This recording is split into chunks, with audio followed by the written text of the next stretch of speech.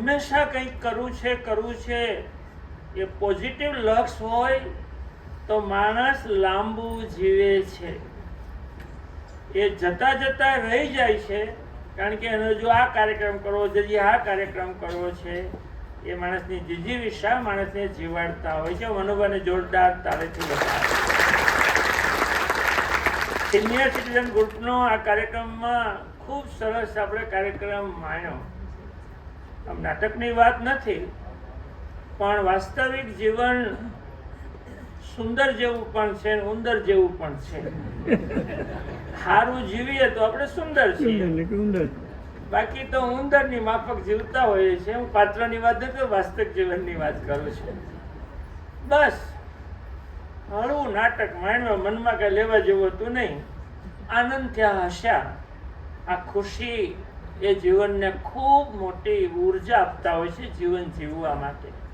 અને એ હળવા કરવા માટે, ઘરની બહાર કાઢવા માટે, સાથે બેસીને કાર્યક્રમ માણવા માટે, પછી રોટલો ખાવા માટે આવા કાર્યક્રમનું આયોજન છે.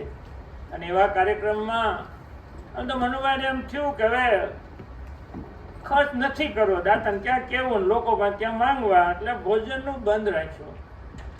પણ મનુભાઈ, તમારો કાર્યક્રમની તારીખ બધા લીધી કે આપણે જવાનું શનિવારે, તો ભોજન તો હોય જ ને એમ અડધાને મનમાં. તો આવ્યા પછી શું થાત બધાનું?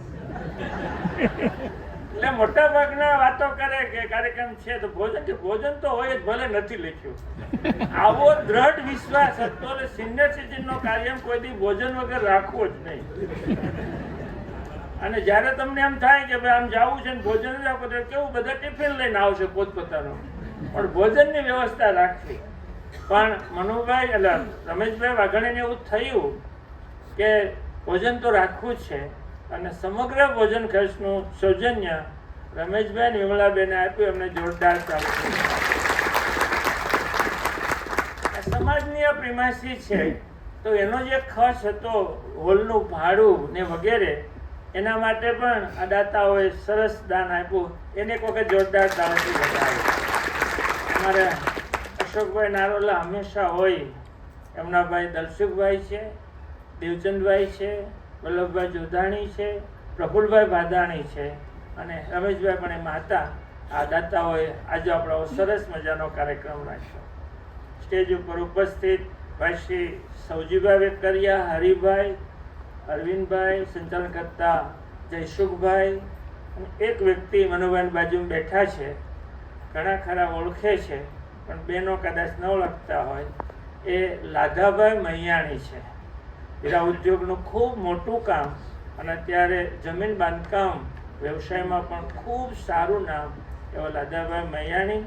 એનું ગામ સુરવિલાસ, અને આ ભવનમાં 21 લાખના દાતા ટ્રસ્ટી આપણા ઉદ્ઘાટન થયું ત્યારે એ બન્યા છે. એ દાતાને પણ વધાવીએ. પહેલી વખત એ આ હોલમાં કાર્યક્રમમાં આ રીતે હતા, તો દાતા ટ્રસ્ટી તરીકે આજે અમને સવિશેષ નોંધ લેતા આનંદ થાય છે.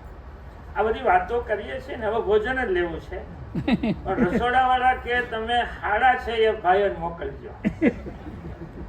પણ બહેનોને અમારે મોકલાય એમ નથી, કારણ કે એક અગત્યની વાત ખાલી બહેનો બેઠા હોય એની પાસે એક ભાઈ કરવા ખાસ આવ્યા છે. માત્ર બહેનોને જ આ વાત થાય એવું છે.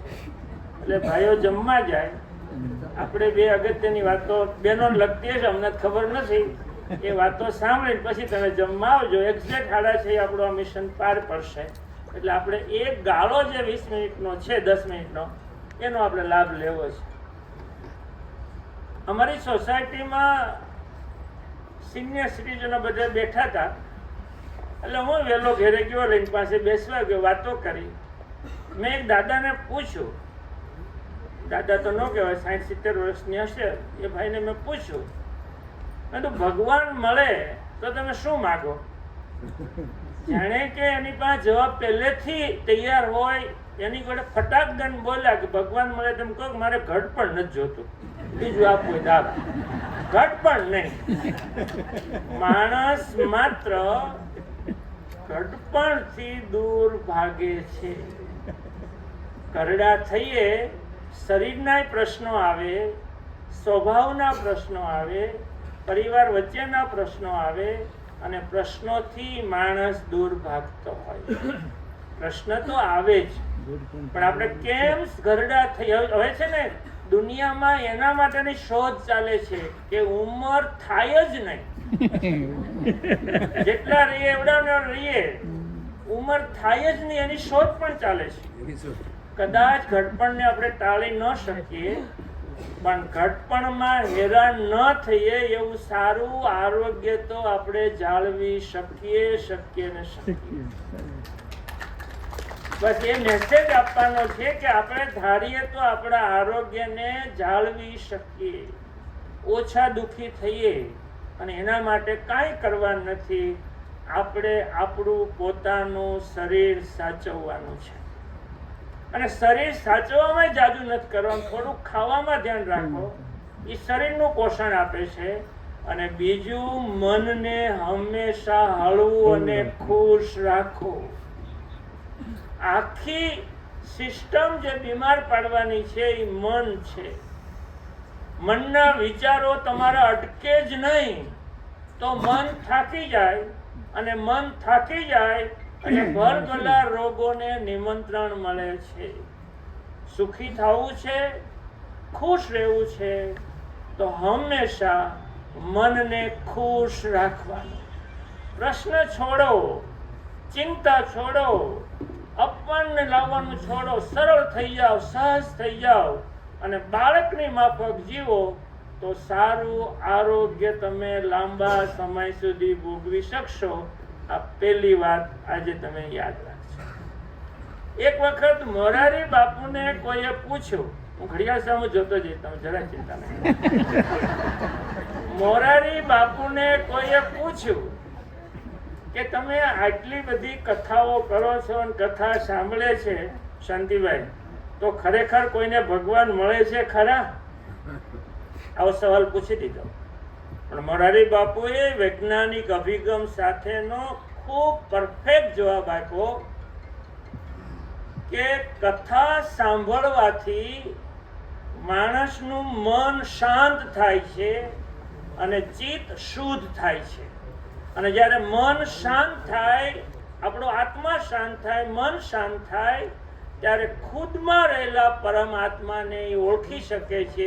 એ પરમાત્મા છે અને આ જીવનનું રહસ્ય આપણે બધાએ સમજવાની જરૂર છે. ભગવાન છે એ તો આપણા આધાર છે. ખરો ભગવાન ક્યાં છે? અહીંયા છે. મનુભાઈ વારંવાર કહેતા હતા, તમારા બધાની શુભેચ્છા અને આશીર્વાદથી હું જીવું છું.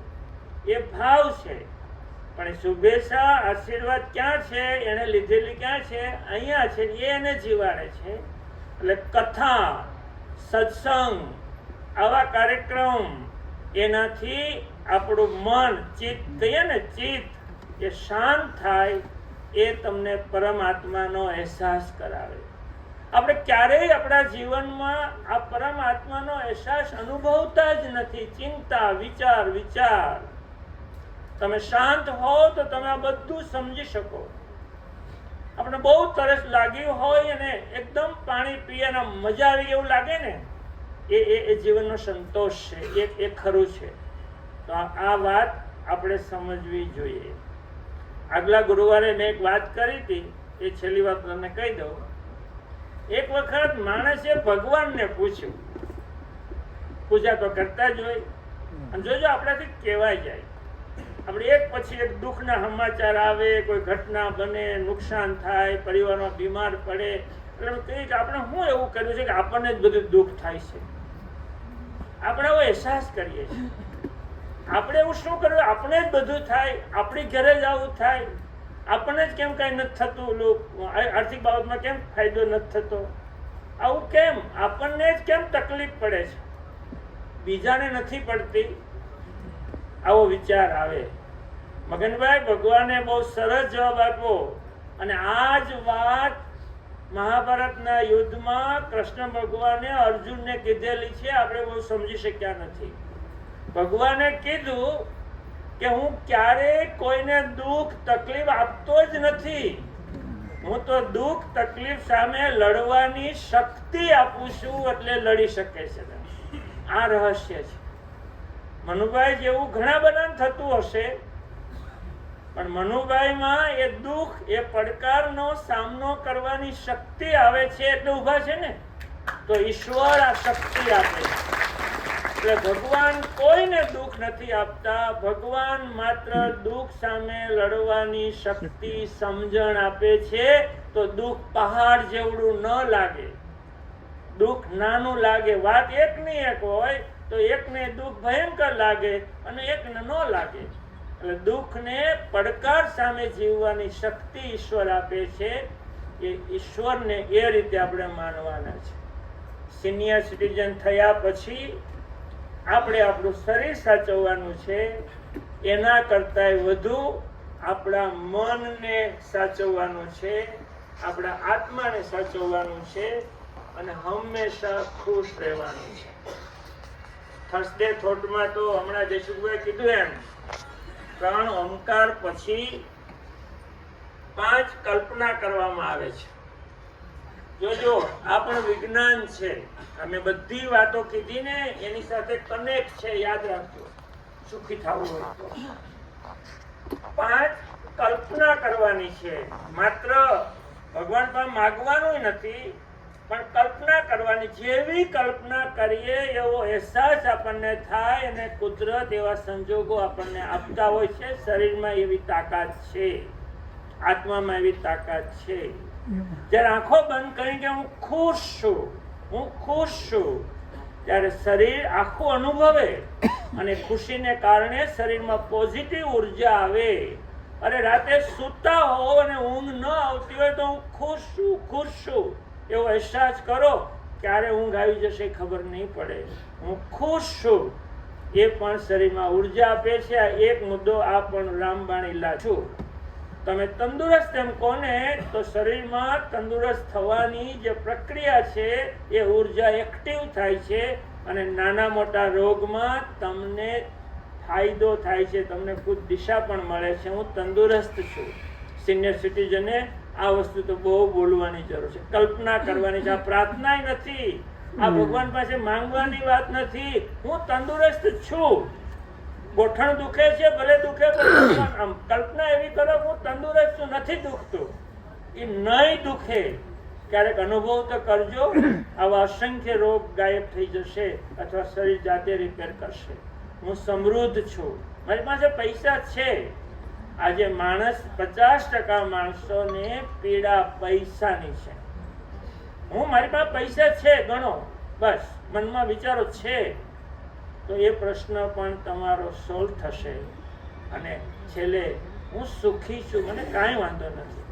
યાદ રાખજો, સાયકોલોજી એટલું બધું કામ કરે છે કે મારા મનમાં થાય કે આ ભાઈ સારા છે તો એના મનમાં પણ એવું થાય કે હું સારો છું. આપણા ઘરમાં બધા સારા, મારા પતિ સારા, મારા પત્ની સારા, મારા બાળકો સારા, મારી વધુ સારી વહુ સારી, મારા મિત્રો સારા, બધું સારું છે. હોય નહીં તોય હું સારું છે એવું કલ્પના કરો, સારું થશે થશે. આ સુખીની વ્યાખ્યા છે. અને આ બધું આપવા બદલ ભગવાનનો આભાર, કૃતજ્ઞતા ભાવ હંમેશા હોવી જોઈએ. બસ આમ કરતા કરતા સારી જિંદગી જીવવાની છે.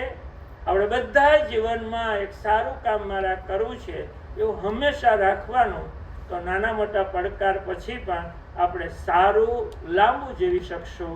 આપ સૌને ખૂબ ખૂબ શુભકામના. Thank you very much. કાંજીભાઈને ફરીવાર એક જોરદાર તાળીઓથી વધાવ્યો. ખરેખર જે સાહેબે વાત કરીને, ખુશ રહેવાથી આયુષ્ય વધે છે, બીમારી દૂર ભાગે છે. ખુશ રહેવાથી માનસિક રીતે માણસ ખુશ હોય તો એને લગભગ કોઈ પ્રોબ્લેમ આવતા નથી. પણ ખોટી પીડા મગજમાં આવે એ બીમારી લાવે છે. કાર્યક્રમને આગળ વધારીએ અને પૂર્ણતાને આરે થઈએ. હું આભાર વિધિ કરવા માટે દેવચંદભાઈ કાકડિયાને